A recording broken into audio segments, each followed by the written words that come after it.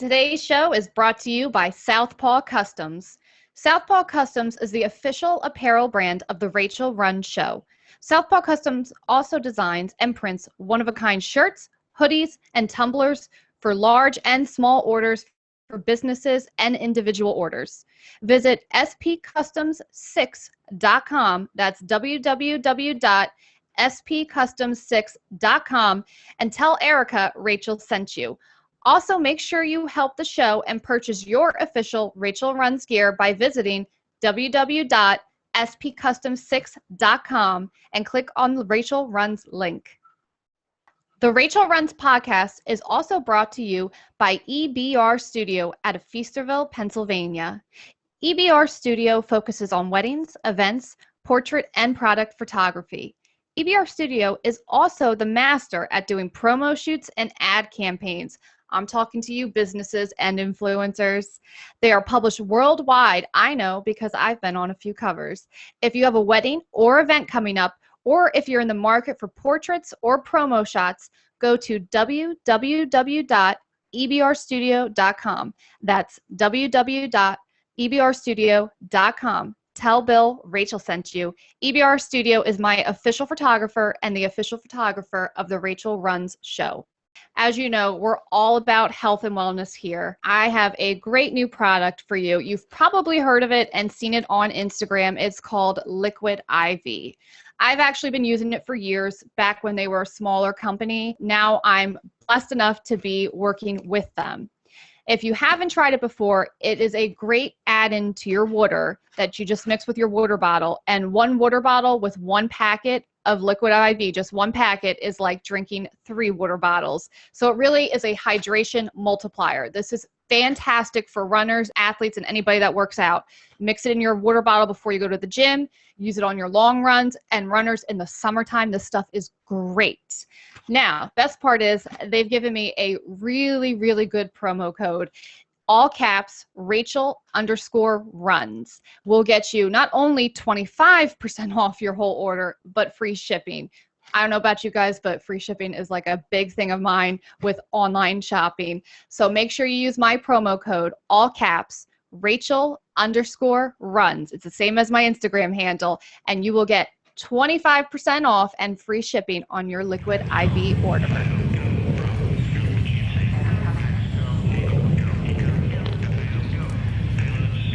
T-minus 60 seconds and counting. Coming up on a go for auto sequence start. T-minus 17 seconds and counting. 15, 12, 11, 10, 9, 8, 7, 6, 5, start, 2, 1, boost ignition, and liftoff. Doesn't make you a rock star. I can't go to Taco Bell. I'm on an all-carb diet. God, Karen, you are so stupid. And breakfast if you throw an egg on it. Good evening, everybody. Welcome to another episode of Rachel Runs. This week we have on Jorie Leann. She's a fellow influencer. How are you, Jorie? I'm doing well. How about you? Good. Got a cat trying to walk across the screen. I know you got your puppy with you. Yes. Is he still on your lap? No, he is on my feet. Oh. Always touching me. Yep, that's pretty much how they got to be. Now, Jorie and I are both, I guess, I think on the scale of Instagram, we're what's known as micro influencers. I learned that a few weeks ago. Yes. I didn't know. But it's pretty interesting because even being on a smaller scale, I feel like we do reach a lot of people. So it makes, our conversations worthwhile and also important about the content we post because we are literally influencing others. Yes, absolutely. And even if it was just 2 people following me, it'd be the same thing that I'd post with, 1,000 people following me or whatever. Because you care about what you're saying to people. Absolutely. Now you've been I read your bio and you said you were pretty active all your life or some way connected to health and fitness all your life. Now you grew up playing volleyball, right? Yes, I played volleyball in college, and then after about a year and a half into college volleyball, I quit because I was like, well, I'm 5'2". I'm not going to be a professional volleyball player. I want to go get out in the real world. So I worked a few part-time jobs while I finished out school full-time with my bachelor's degree. And then you coached volleyball, didn't you? Yes, for 4 years. I did the 12U teams. Since I have a lot of patience, I have a younger sister. We're 13 years apart. So I have a lot of patience for younger children that most people my age at 26 do not. I can relate. My little sister is 12 years younger than me, but it does really teach you how to work with kids when you have a sibling that's that much younger, because usually, you're a little older when they're born, and you learn some good skills about caring for little ones and how to talk to them and teach them and not shake them out of frustration. Just gentle, and I want what's absolutely best for you, and whatever you need, I'm always here. Now, right now you said you work in direct sales for medical devices? Yes, it's in DME sales. It's durable medical equipment. So I sell TENS units and bracing to different physical therapy clinics and doctors' offices and pain treatment clinics. So you see a lot of people every day that, probably either aren't healthy or recovering from an injury and whatnot. And yes. Do you think more often than not, people are being injured from being physically fit or because they are unhealthy? I definitely think a lot of it varies. Just from the type of, if they're physically fit to societal standards, I feel like when they do get hurt, it's due to lack of information on form, proper mechanic, and then trying to just lift an ungodly amount of weight. Oh, I know. And that's such a trend right now is yes. And lifting is really trendy, especially now for women too, because it was always kind of like men were the bodybuilders and now it's women. And I'm like the first, I'll lift lighter weights at the gym. I'm not ashamed of it because I'd rather have good form. Absolutely. So, and then when I see people picking up weights that are way too heavy and you can't complete with good form, it's not worth it. You're not doing yourself any favors. And I get stroking your ego a little bit and testing your limits. I get, because obviously playing sports and stuff, I like competition.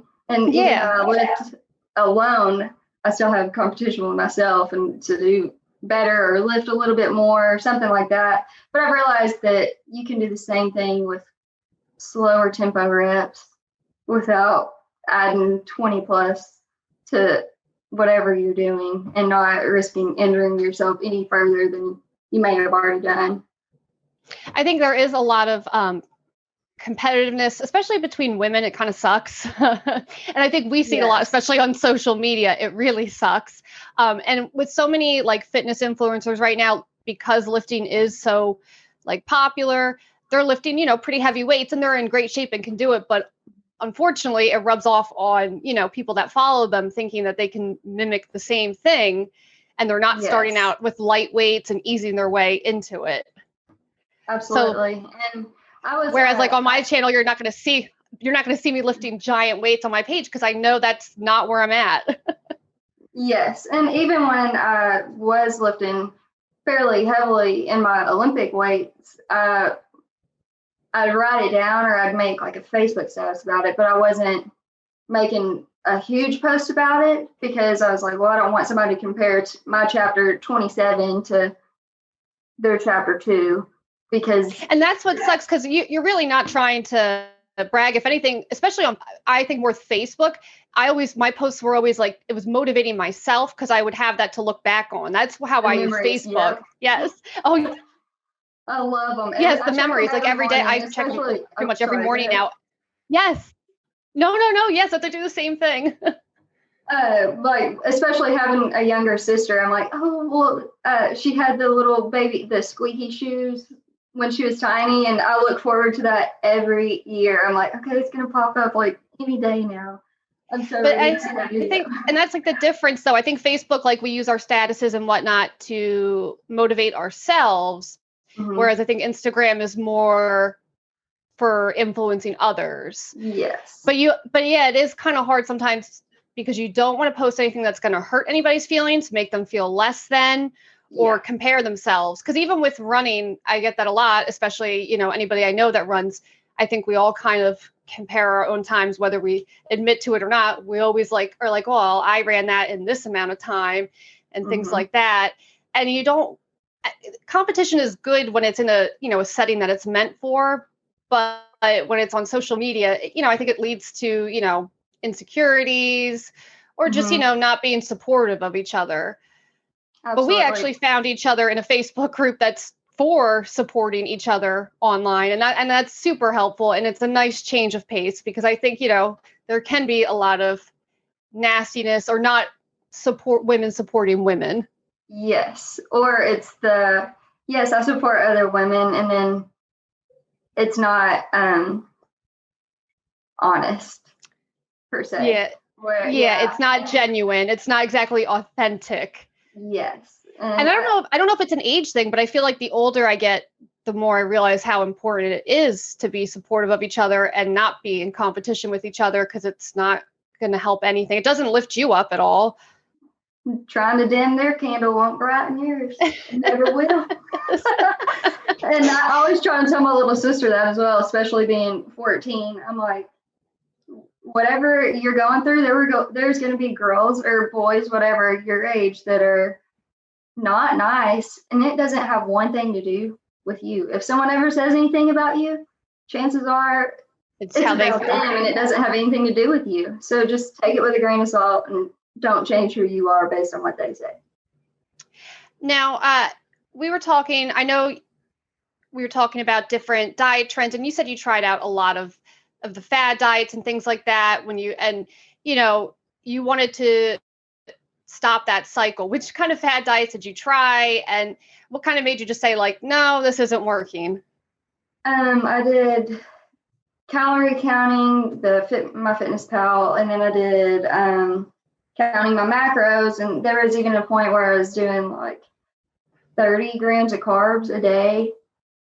It was horrible. I would die. It was so bad. It was so bad. And I'm sitting there, and then it'd all be just for restrict all week, and then my cheat meal on a Friday or a Saturday. And then you're like literally yearning for that day to come around so you can feel that's okay. All I was looking forward to. That's it. And then just to sit there and just binge on all this stuff, like eating way past being like satiated and way past just being full. It was just uncomfortable. And then I just feel it till like Tuesday, Wednesday, but I was still restricting because I already had the meal. And then I just try and do it again week after week. And it's just a cycle, and you're not happy while you're restricting. Then you are excited to get to that cheat day, but then you feel sick and unhappy afterwards. So you're really not feeling very happy very much at all. Not at all. And like when you're going through that, and you don't realize the toll it necessarily takes on you mentally, because if you post a picture or something, you hear, oh, you look great, da, da, da, da. And then, so it's like, oh, I'm going to keep going.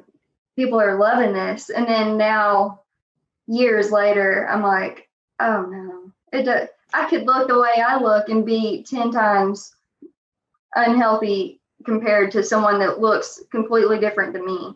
And I think that's where a lot of society comes in, where someone has a six pack and they just assume that they're super healthy. No, and that's something I'm pretty open about. I've had eating disorders, and people can assume that you're super healthy because, okay, you run a lot and things like that, but on the inside you're struggling with an eating disorder. Yes. And you almost feel like a fraud because your people are telling you constantly, oh my gosh, you're so skinny, this and that. And you're like, you don't want to like tell anybody that, no, I'm actually struggling a lot on the inside. And I think that, and then again, that's where mental health comes into play. And I know you said you're a big advocate for mental health. And I think a big thing is being able to talk about what we're going through and struggling without fear of being judged or ruining the image that you have. Yes. And that's what another thing. I mean, even if I've had people tell me even now that I'm getting better and recovering from my disordered eating years after the fact, just someone telling me that I should go eat a donut or a cheeseburger. And it's like, I at this point, I will honestly say it has taken me so long to get to where I am, and just don't make a judgment based just because I wear extra small in these size breeches, because I may wear extra small here, but I could go somewhere else and I could be a large or extra large. And I think a lot of people get really caught up in the size and the numbers and stuff like that. And with the Like to Know It, you put your size and stuff in case someone wants to shop. And I always feel like a little weird posting my size on there. Yes, I didn't do it on my Instagram, but on my Facebook I did, because I'll put it on the app. So we're both on the Like to Know It app. It's a shopping app. And it's great because it does help women, like, especially with ordering online. It's so difficult to order our sizes online because if it's the first time ordering from a store, and even if it's a store you order from regularly, not everything is sized the same. And a lot of these websites, you do have to pay for return shipping. So it is helpful to have like somebody list, like, I'm wearing a small and it fits true to size. But like, on the other hand, sometimes I'm like, I almost feel bad posting my size. I don't want anybody to feel, uncomfortable by it. But so it's like a catch-22. And I guess you can't please everybody. So yes. And I that's something that's super hard because I don't intentionally or unintentionally ever want to hurt anyone by any means. So I overthink everything. And then I'm like, oh my gosh, if I hurt somebody's feelings or someone says something, I'm like, oh, I didn't think about that. I'm sorry. I didn't see it from that point of view. And then again, I'm like, okay, I can't please everybody. Like, no, we live in this cancel culture now where, we have to really worry about everything we say. And I think, especially with what we do, like, you really don't want to offend anybody. And I think 90% of the time, it's nobody's intention to offend somebody. I think people just speak without thinking and say stupid things. But I guess it's taught me that I have to be a little more responsible with what I say, because, we do have a large audience and we have to consider them and what we're putting out there, like, especially with photos or like in our captions, what we're saying. So if anything, like, I want people to come to my page to be happy and uplifted and motivated, and not to come there and feel bad or compare or anything like that. And I think you're probably the same for your page. You're there to make people happy. Mm-hmm. And know that it doesn't matter what you're going through, you're worth it. And no matter anything, even happy people go to therapy, even people just stuff like that. Even if it means displaying like my struggle bus right there for everybody to see, and you don't feel like you're alone, cool. It was worth taking 30 minutes to write that caption out.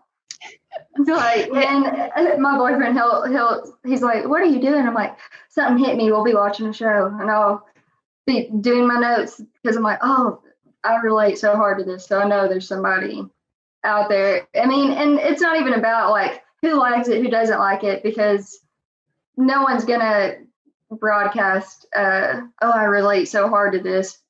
I get the DM, and they'll be like, hey, I was really struggling this week. I really appreciate you writing stuff like this because it helps me through my weeks or my days that I'm having self-doubt and stuff like that. So that makes all of it worth it to me. And that's honestly kind of why I wanted to do the podcast, because I think on my Instagram, most of my Instagram is about like fitness and running and, fashion, but I probably don't talk a lot on there about that I've had eating disorders in the past, or that I've struggled with, I've had depression. Like even people like you on the outside look like you're happy all the time. I've been to therapy. Like, I've dealt with all of that.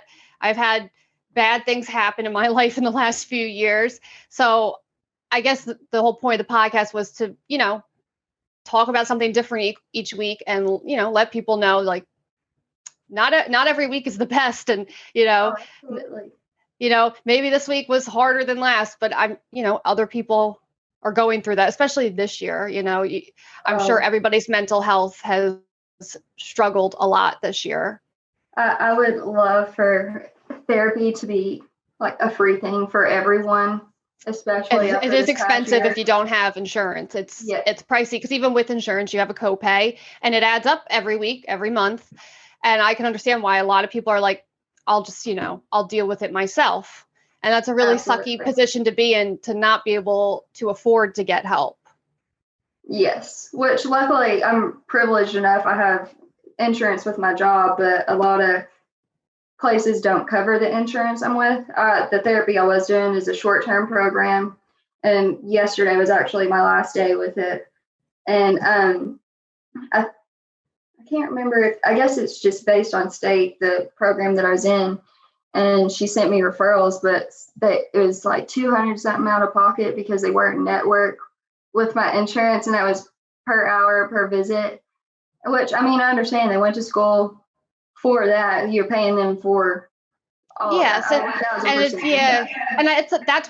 I feel bad. Of course, they deserve a salary to be paid. Like, they're doing a great service. At the same time, there's got to be a solution to making care accessible to everybody, like both physical and mental health care. Absolutely. I know a lot of people can't afford to go to the dentist or the doctor. So, all these things should be available to people, at least at an affordable rate. Mm-hmm. But I think, oh no, you're good. I think last time I went to therapy was honestly before COVID. Mm-hmm. And it was always nice to have an unbiased party listen to you, tell you, okay, maybe you're not seeing the situation in this perspective. And because they'll be honest with you, they're not going to just take your side on everything, but they're gentle about it, and they'll just let you vent, and they'll give you some feedback, some advice. And I think anybody can benefit from that. And people are always embarrassed to talk about going to therapy or taking medication and things like that. And I think it's more of a problem to not treat those things. I think treating it and addressing it is something to be proud of. Absolutely, because it takes courage to even tell someone that you're having a bad day, especially now. And learning my feelings, that one was hard. Like, what I know, anxious, obviously. I have anxiety, depression, and obsessive disorder. So do you have OCD? Not OCD. Not. So that's what I have. Not obsessive compulsive disorder, but obsessive disorder. Oh, see, I have the C in mine. Okay. See, and I didn't know this. So prior to therapy, this was the first time I've ever done it. I was kind of researching it because I knew something was going on. And like you said, it's just kind of like therapy's kind of not even frowned upon. The way it's kind of portrayed is for like crazy people. Like, no, and you see in a movie and you have a psychiatrist, and it's usually that person is, because they're crazy. And I'm like, I just had my appointment with my psychiatrist. I'm confused. Yeah, like, I don't feel crazy. I just feel like I need a little extra help. But I've come across people that literally have said to me, like, they don't believe in therapy. And I'm like, okay, well, but just because other people go to it doesn't make them weak or crazy or unstable. If anything, they're trying to add stability to their life and, be the best that they can be. Yes. And I feel like if people were a little bit more open about it, maybe it'll come with, more generations. I think it's definitely better than it used to be. Mm-hmm. I know, like, growing up, it really wasn't taught, like, and I saw a therapist as a child, like with family, for like when my parents divorced and things like that. But it wasn't like something you really talked about. Like, you went there and you left and you didn't talk about it. And now I think it's getting better where you can, let the people in your life know that you're going. But I think there's still a stigma attached to it, and it sucks. Absolutely. Because I even had close friends that when I told them I was starting therapy, they were like, what do you need therapy for? Like physical therapy? What are you going for this time? Is your back hurting again? And I'm like, girl, no, counseling. I'm going to counseling. And I think people would look at you and they'll be like, yeah. And they'll look at you and say, oh my gosh, you're gorgeous. What do you have to be sad about? That's always the worst one. What do you have to be sad about? And I think people shouldn't compare each other's problems. Like, believe me, I thank God every day for the blessings I have. And I know that there are people out there that have it way worse, but it doesn't mean that your feelings aren't valid and that your problems aren't real and that you don't need some help or somebody to talk to about it. Absolutely. Which obviously I feel super privileged to have everything that I do, because I'm, like you said, there are some people that are nowhere near in the same boat as me. But then again, when I stop thinking, oh, well, why am I sad? I have no reason to be sad. It was like, Jorie, you don't wake up and you're like, I think I'm going to be anxious today and depressed. And I think I'm going to get super obsessive over one tiny thing. And then just ended off with a mini anxiety attack. Yep, I think that's the plan for today. Like, definitely not. And a lot of, especially learning through some of it in therapy, it's helped my personal relationships with my boyfriend. There were some things that I just could not, for the life of me, figure out why I was so black and white on certain things. And then I got diagnosed with my obsessive disorder and got on some medicine, and I was like, oh, that makes sense. Like, I'm sorry about that, but we're working on it now. And he's like, okay. He does not do therapy or anything. So he was just like, okay. Yeah, I do find men, it's a little harder for them to understand. And I think that's, gender stereotypes and gender roles. So my ex-husband, same thing, like his family did not believe in therapy, didn't believe in medication for those things. And he was okay with me going to therapy and everything like that. But like, I know it was harder for him because he grew up in a house that, it wasn't, that's for crazy people. And I think men have a little bit of a harder time with it. Or especially, I can only imagine if you're pretty much told your whole life that you have to be masculine and strong and hold in your feelings. Well, how do you, one, deal with things, or two, when you realize that there is something wrong, how do you then ask for help without feeling like you're less than? Absolutely. Because it's okay. It's absolutely normal to have more than one emotion. You don't have to be happy and positive all the time, because that ends up being so much more toxic than just feeling. I think it's Tiffany Rowe on Instagram. She's a therapist, and I think she says, you got to feel, deal, and heal. And I think she has it trademarked and everything now. Oh, I like that. I love it. I write it in my journal. If I'm having a hard time in the morning, I'm like, just put it at the top and use my little emotions sheet, what emotions I'm going through, because I'm still learning, like, what is that? Like, trying to, yeah. Do you does journaling help for you a lot? Do you do it like in a handwritten, or I know some people like type on their computer a journal, or do you handwrite journal?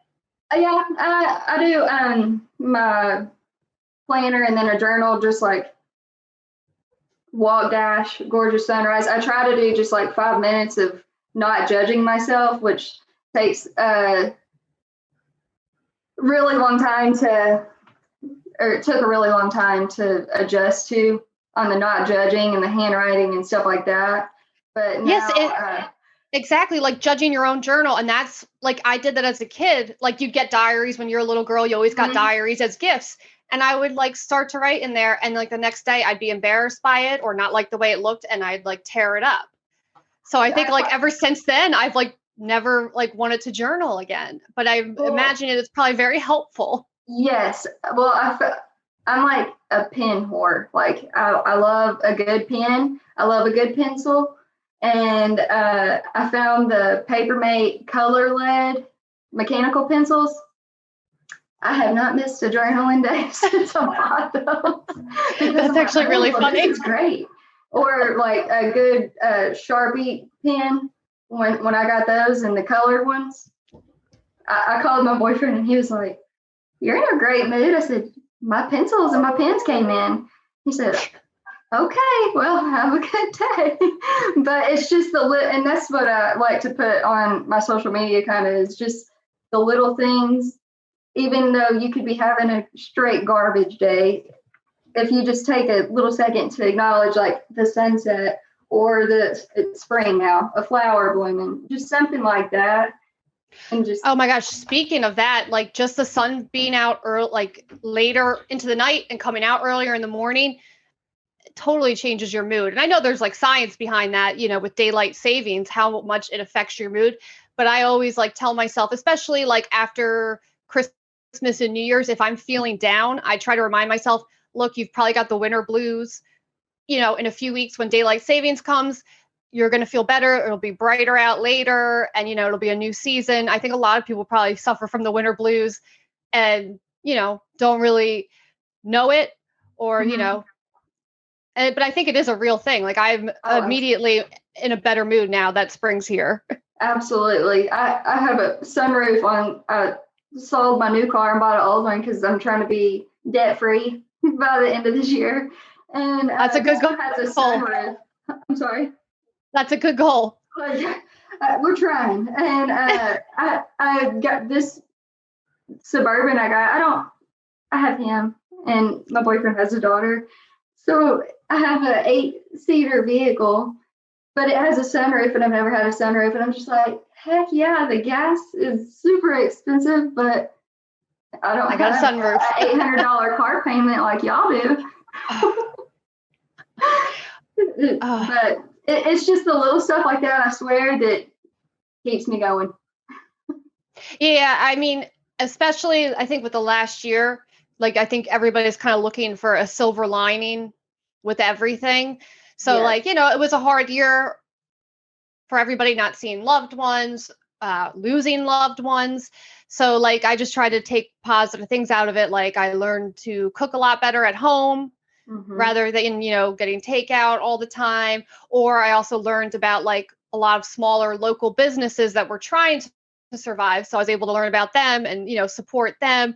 Yes. Or, I got to watch a bunch of movies that I had never seen because, I had never had time. So you find like little things to, be happy about this past year, because I'm sure it's been difficult for everybody. And especially if you already have anxiety, depression, and things like that, the situation really didn't help. Not at all, for sure. Did you struggle with the quarantine at all? Or do you think, I know some people like thrived, some people did not. Some people went through a cycle of starting off really well and then going through the depression. Like, I was fine for most of it because I was blessed and stayed working. My family's business was kind of essential, so we were open the entire time and I worked. So I don't think it hit me very hard. And then like now towards the end of this, I'm like, okay, now I'm feeling it. I'm a little over this. When everything's going to be normal again? Yeah. Luckily, I did not get let go or anything. I stayed working. My clinic shut down. Like, we weren't able to go in and do our daily runs or weekly runs or anything. But when the gyms shut down and the restrictions on like going to get groceries and stuff, since I do work from home the majority of the time, oh, it was so hard because that was my only social interaction other than my boyfriend and my family. Your immediate family. So it took a toll for sure, but thankfully I was not let go. I still got to keep my job and just stuff like that. So I kind of got to keep routine for the most part. I think that's where I would suffer a lot, is without a routine. Yes. So I remember the gyms closing and it really sucked. I run a lot, so I'm usually, outside on my own anyways for most of my workouts, but I do take classes at the gym for weights and strength training. And when that got shut down was when I was like, oh, this is serious. Like, they're really shutting things down. And so that interaction went away. And then because I live at the shore, they actually closed the boardwalk. and the bridge, which all, was where people run. And that's when I really was like, where am I allowed to like go outside and run? Like, cause you couldn't go up on the boardwalk, you couldn't run across the bridge. There's a path. And, I think you as well, fitness is what helps us with our mental health. Yes, we do it. Everyone wants to look fit and in shape, but it's also a big component of, for me, releasing stress, the natural endorphins. It makes me happy. So when that went away, you had to start getting creative with working out at home. Absolutely. Actually, I went and bought a specialized mountain bike to ride around out here. We live on a dirt road.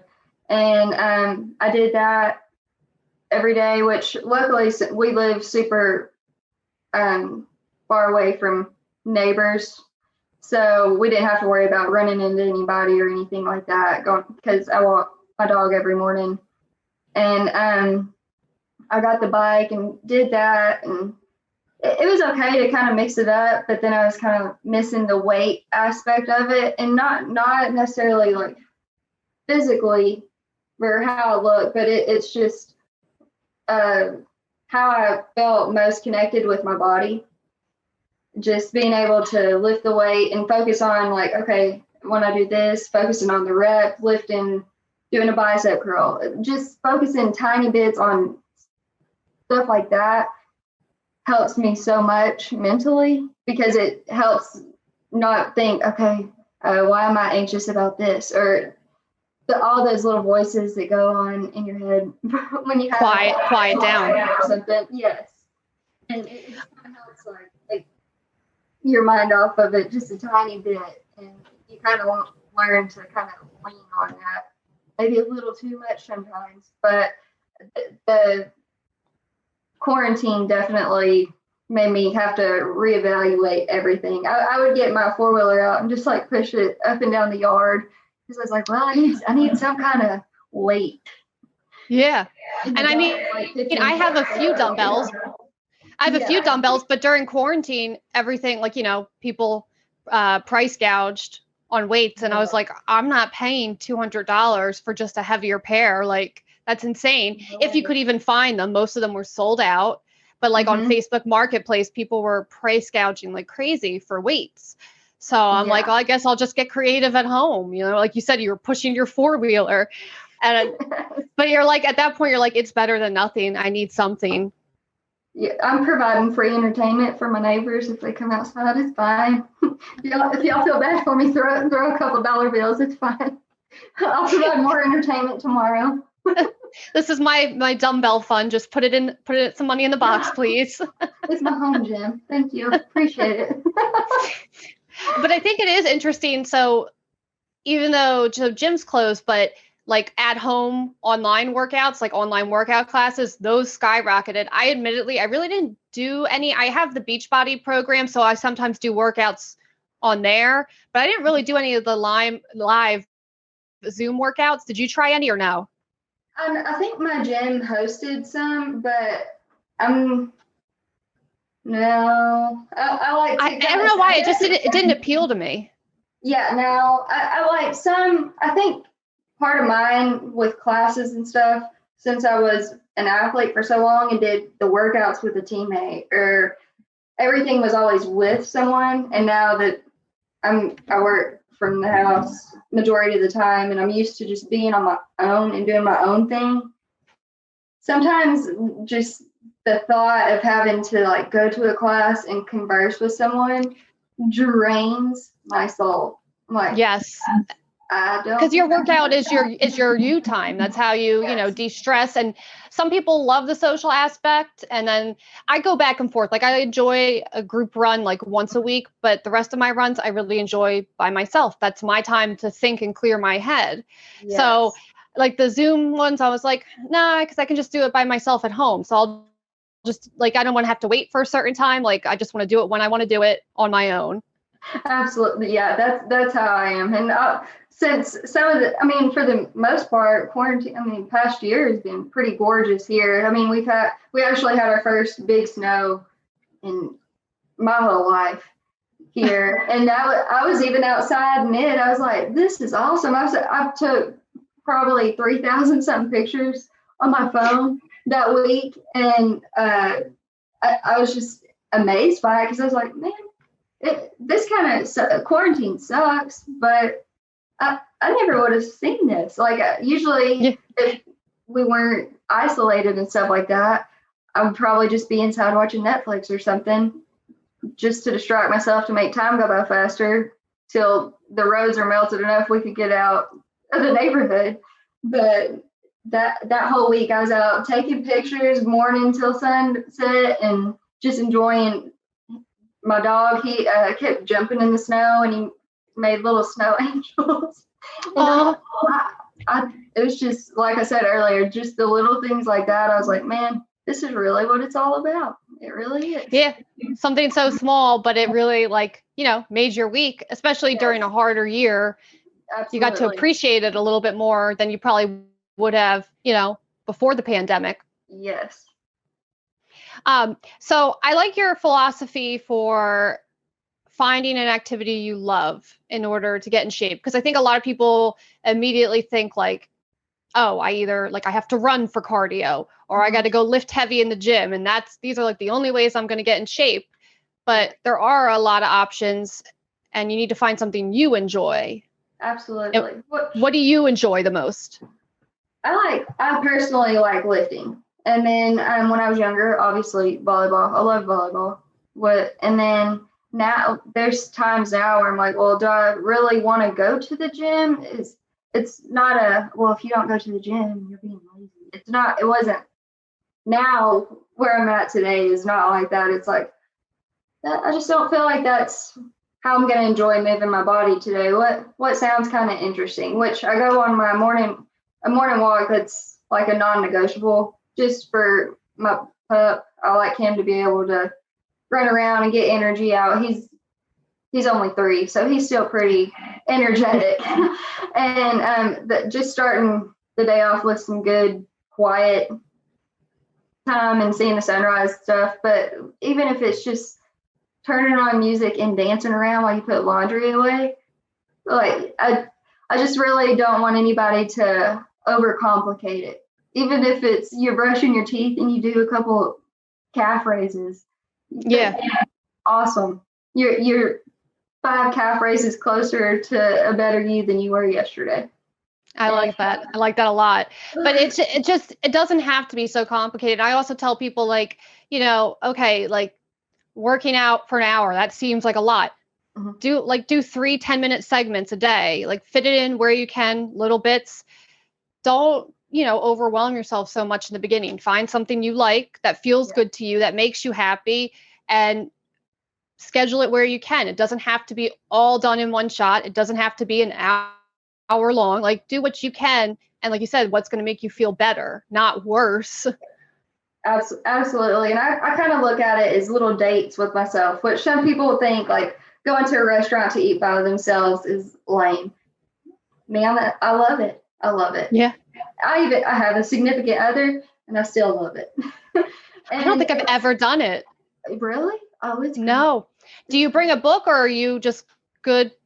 No, just go for it. I kind of love that. I think that shows being really in touch with yourself, comfortable with yourself, and loving yourself. Because I think it could be so intimidating for a lot of people to not even have a book or anything and just to be with yourself.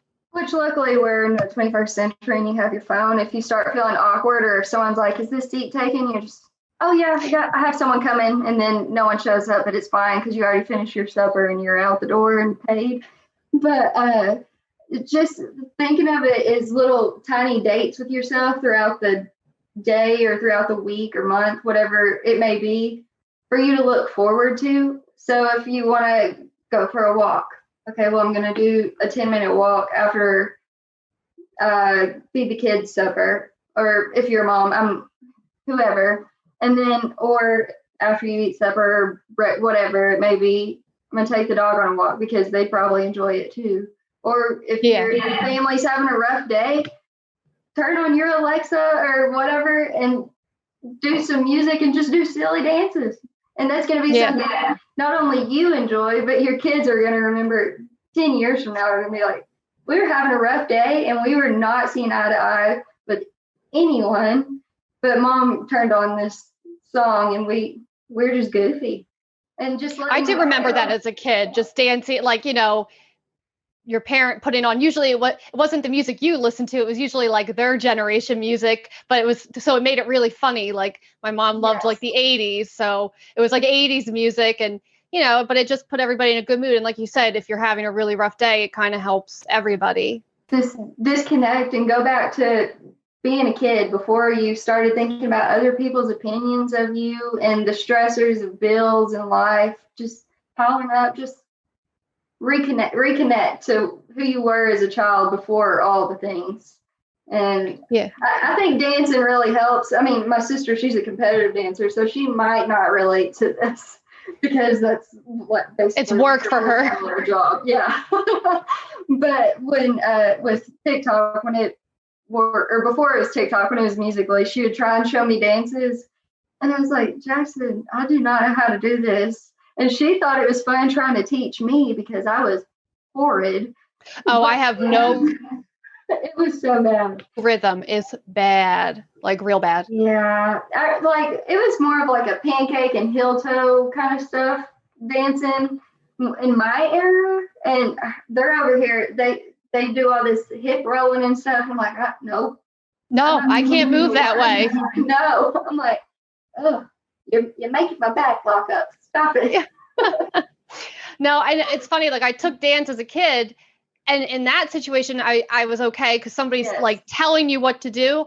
But if I gotta like dance on my own, especially going to a club, that used to give me the most anxiety because that's not my forte. And of course, everybody's looking at each other, so you just feel so self-conscious. Oh.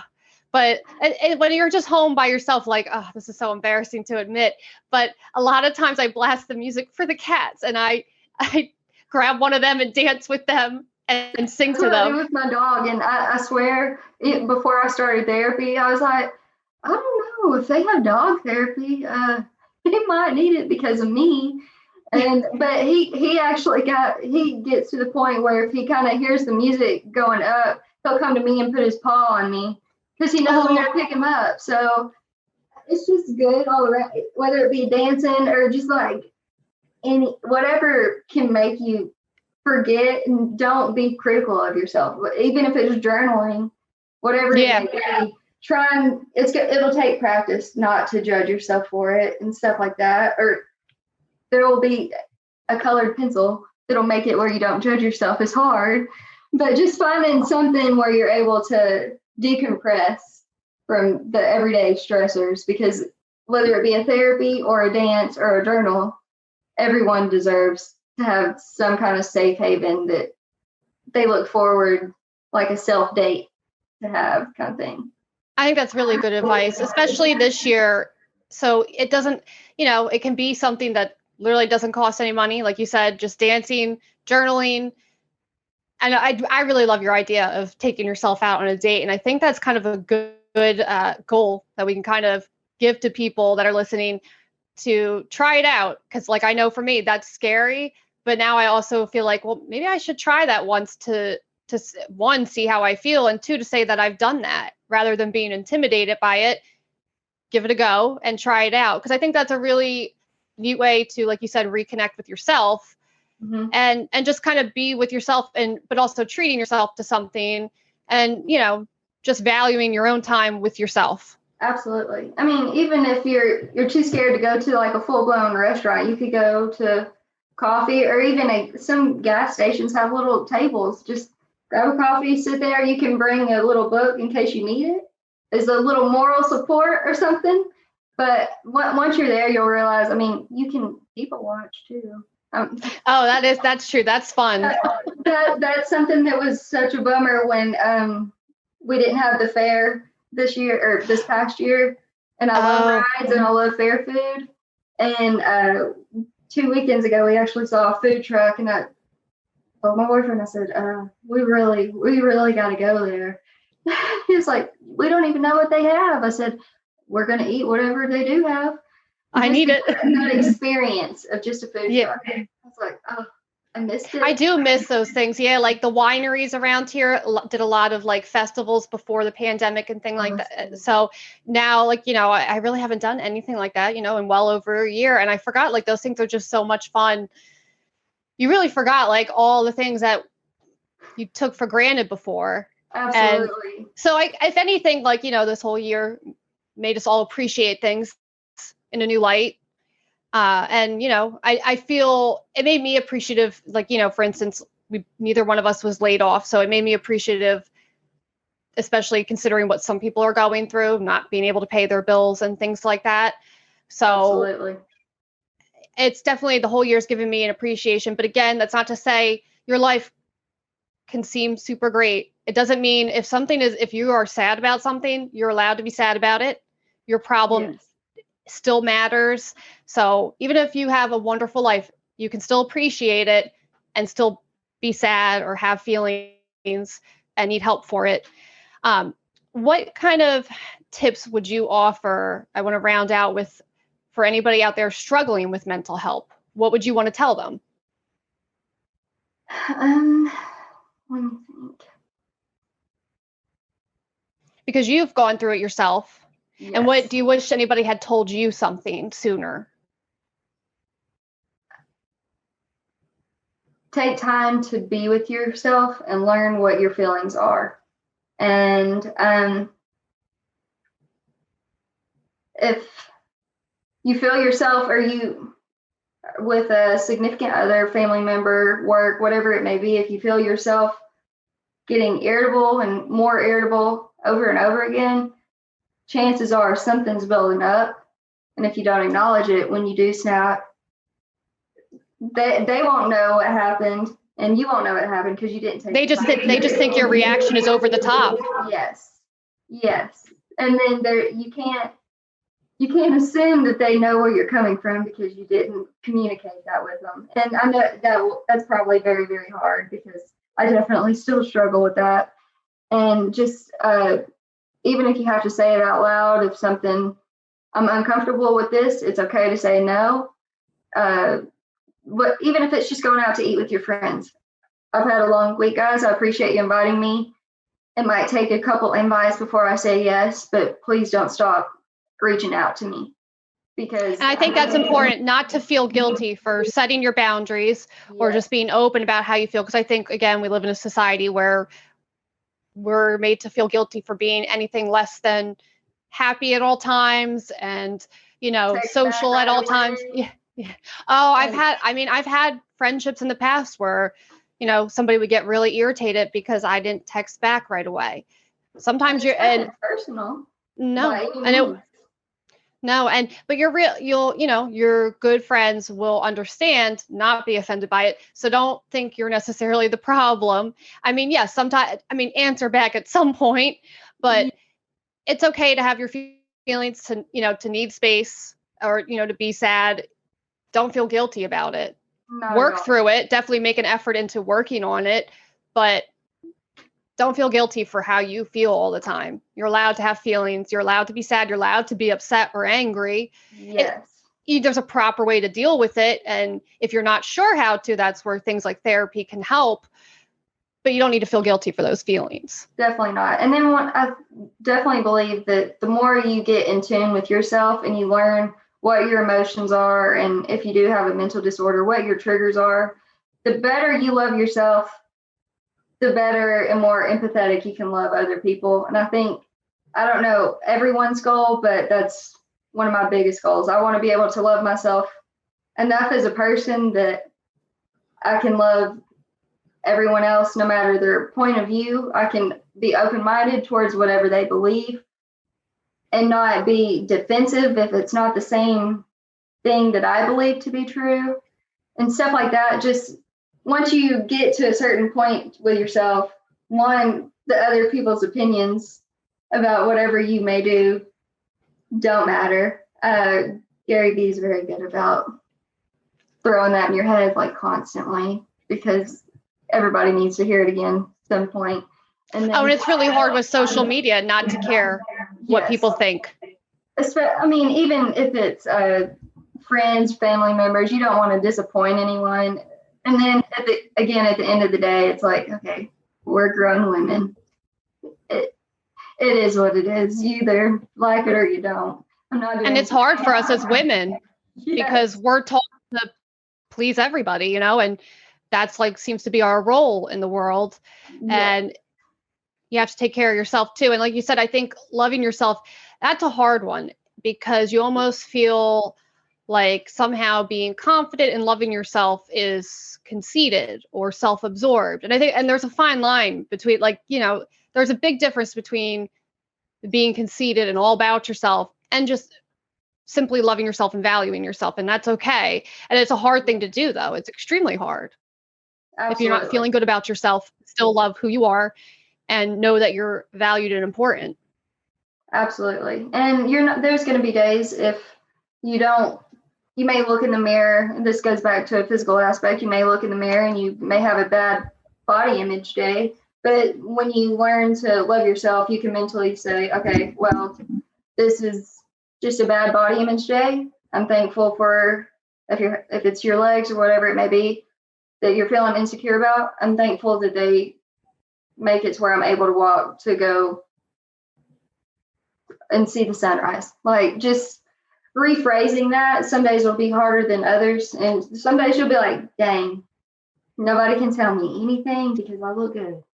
And those are the best days. But just like the best days, sometimes you have your bad days. And just take them with a grain of salt and know that they're going to pass. And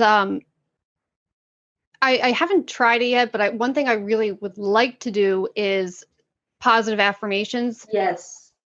You see them all the time on the internet and I never do it. So they're so I think great. I need to start. When you journal, do you do it at all? I did do it I would journal it and then I got to where I'd write it on a sticky note from a mirror. And then now I'll say it to myself. I'm just like, you a bad bee. No. We are not going down this road today. You got enough on your plate. And then I do the same thing for my little sister and my mom. When I do go see them and my stepdad, I'll leave just you're so kind and just stuff with an expo marker because expo markers come off mirrors.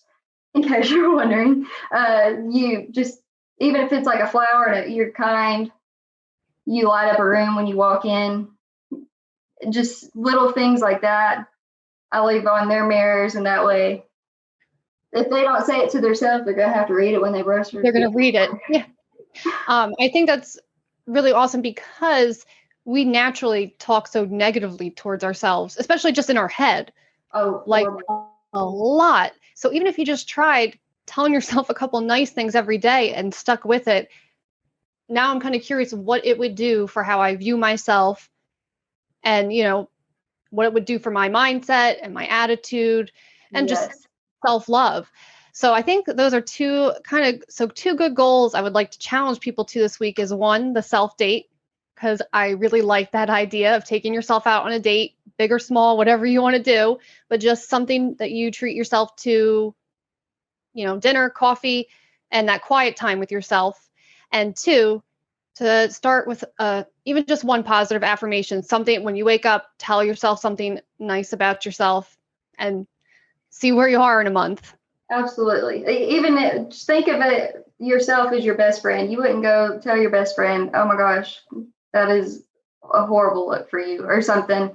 I wouldn't say it to my little sister. You wouldn't say it to your little sister. I mean, you can tell her when you're like, okay, what you doing, girlfriend? What? No. The shorts are too short. It's a little whatever. But then again, it's kind of like, you do you. But you would never say your legs are too thick or, have you put on weight? You would never say that to anybody else. So you shouldn't treat yourself any less. If hating your body's got you this far, imagine how much loving your body's going to get you. I love that. That's a really good phrase. So for people that want to follow you because you're extremely just relatable, easy to talk to, and great motivation on your page, what is your Instagram handle?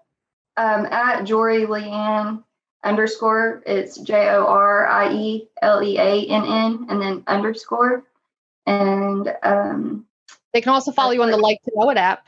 Yes, and it's the same on there as well, along with TikTok. I just made the TikTok. I know. I finally caved and did too, just to like see what it was about, and I hardly have anything on there. But man, that's a rabbit hole that you could spend a lot of time going down. I'm like, oh, this is fun. Yeah, now I know why my little sister kept trying to get me to be on it. I was like, I'm too old for this, and she's like, that's how I felt. But I'm 30, so I really felt too old. But I'm like, whatever. I'll just see what it's all about. Yeah, and you catch yourself at 3 a.m. and you're like, okay, I need to set a timer on this thing. Well, thank you so much for coming on. I feel like, you're somebody that can motivate people, and just people can feel a little more understood. Everybody has struggles, and, but you can still live a wonderful life, have your best life. But guess what? You're going to have bad days too. And absolutely. It's all about balance and, like you said, taking care of yourself and valuing yourself. So I really appreciate you coming on and just having some, fun conversations. And again, you can follow Jorie at Jorie Leann _ on Instagram, the LikeToKnowIt app, and TikTok. And we'll see you guys next week. If you're interested in becoming an official sponsor for the Rachel Runs podcast, please feel free to reach out to me on Instagram. My handle is Rachel _runs, or contact me through email rgrant.5518@gmail.com.